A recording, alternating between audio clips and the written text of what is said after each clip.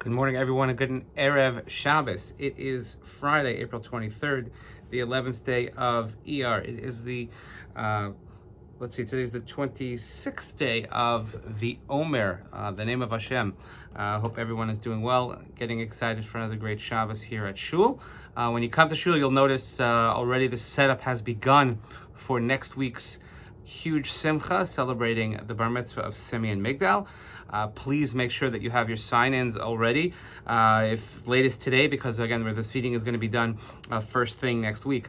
Also, we have a huge announcement. I'm so excited to announce our annual barbecue fundraiser, which will take place on June 9th, right here at Shul. And it's going to be outdoors. There's a rain date, but we're not going to need the rain date because it's going to be beautiful that evening. And the theme this year is rather simple, but extremely meaningful, and that's just coming back to Shul and celebrating and honoring all of those who got us through this very difficult period. We're not entirely out of the woods yet, but we're certainly in a position where we can come together and celebrate one another, and most importantly, celebrate our beloved Shul and help support all of the goings on here, the programming and the Torah that is learned and the davening, etc.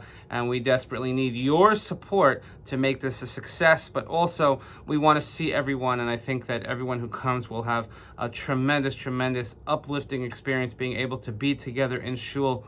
We'll be outside, spread apart. It'll be beautiful. We'll be celebratory. And again, that's June 9th coming up very soon. I also want to wish a very happy birthday. If I'm not mistaken, I believe today is the birthday of our co-president, Kenny Weiss. Happy birthday, Kenny. Hope you have a great day. In the parsha, it's going to be actually the focus of the shir on Shabbos afternoon.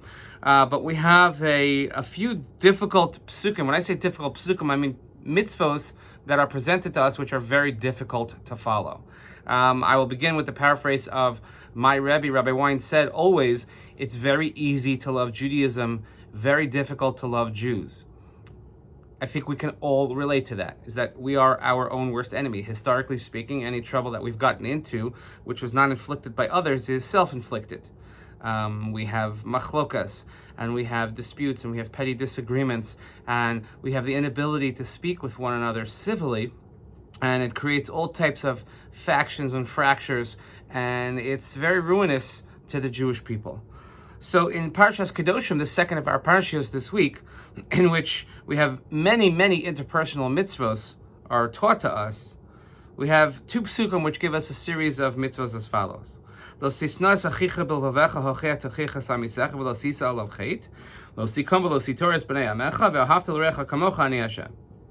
So I'll read you the Art Scroll translation. Don't hate your brother in your heart. You shall reprove your fellow and don't bear sin because of him. You shall not take revenge and you shall not bear a grudge against the members of your people. You shall love your fellow as yourself. I am Hashem. Now, first of all, it talks about hatred and it talks about love. Don't hate your brother in your heart. So there are a lot of things and different ways you could read this pasuk. And it's followed by, well, you should speak up. The Rashbam, in fact, reads it this way. There's a beautiful article by my good friend Rabbi Alex Israel, precisely on the series of and the order of these psukim. You can look it up on his website. But the Rashbam points out that this is kind of a progression. If somebody has wronged you, don't hate him in your heart, but rather say something about it. Speak to him. Don't bear a grudge. Don't hold grievance in your heart. You should love your neighbor like yourself. So his approach is, and it's also based on the Bechor Shor, is you got to speak things out. If something's bothering you, you have to say it. There's a caveat to that, though, because sometimes when things bother us, we say it, but the question is how do you say it? How do you convey this message? When when you feel that someone has wronged you, or you feel that something is not right, how do we feel? Now, and I've pointed out many times, you've heard me say it, a little bit tongue-in-cheek, but maybe not even so much, is that for some Jews, their favorite mitzvah in the Torah to fulfill is Hochech Tochich Hasamisecha. You shall rebuke your neighbor. There's an immense joy that Jews get out of correcting other Jews. I don't know what it is. I don't know if it makes you feel better or makes you feel more knowledgeable, but there's always somebody that loves to point out when you're doing something wrong, specifically when it comes to Judaism, whether it's ritual, whether it's dress, whether it's practice, whatever it might be. But people love to point out your inadequacies. It doesn't feel very good, though.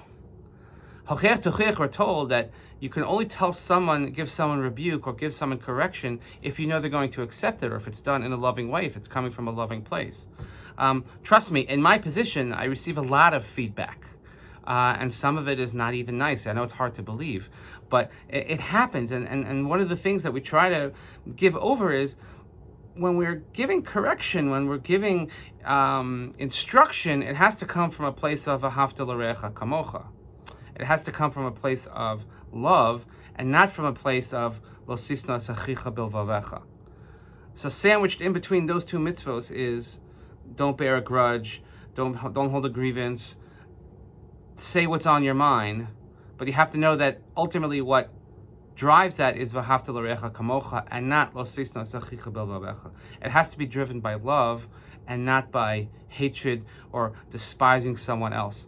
It's very, very easy to think, oh, that person's terrible, I'm going to tell him I'm going to give him a piece of my mind.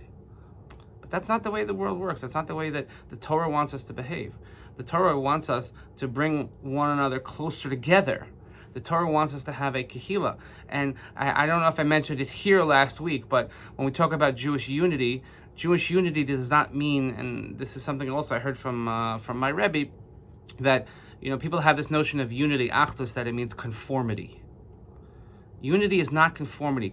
Today's world, they talk about having one opinion. It means you have to do as I say, and if not, you're going to be canceled. If not, you're going to be on the outs. Judaism doesn't believe that. Judaism believes in machlokas. Judaism believes, go 2 lines in any Gemara, you're going to have a disagreement. Judaism believes in disagreement, but it has to be civil disagreement. Judaism believes in unity, meaning that we are all under the same banner of Torah, of mitzvahs, of tradition, of Israel, whatever it might be, but we have to be guided by the same principle. We can disagree within that principle. We don't have to say, well, you have to do exactly like I do, but we have to understand that we're under the same banner. If we always hold that true, then the hocheach tochiach, the giving rebuke and correcting others, is guided by v'ahavta l'reacha kamocha, because you're talking about reacha, you're talking about your friend, the one who is under the same banner, and you're not distancing yourself from him by saying lo sisna es achicha, by hatred. I know it's easier said than done, but these are very extremely important psukim for us to take to heart, especially during these days of Sfira. So again, as we begin to collect back together, slowly but surely to shul each week, more and more people coming in, which is incredible. We'll take this message to heart. Let's take the lessons that we've learned over the last year, and let's try to bring one another closer together and have a wonderful, wonderful Shabbos experience here in shul going forward. Again, June 9th, annual barbecue fundraiser here at the shul. Looking forward. Everybody have a Shabbat Shalom. I'll see you very soon.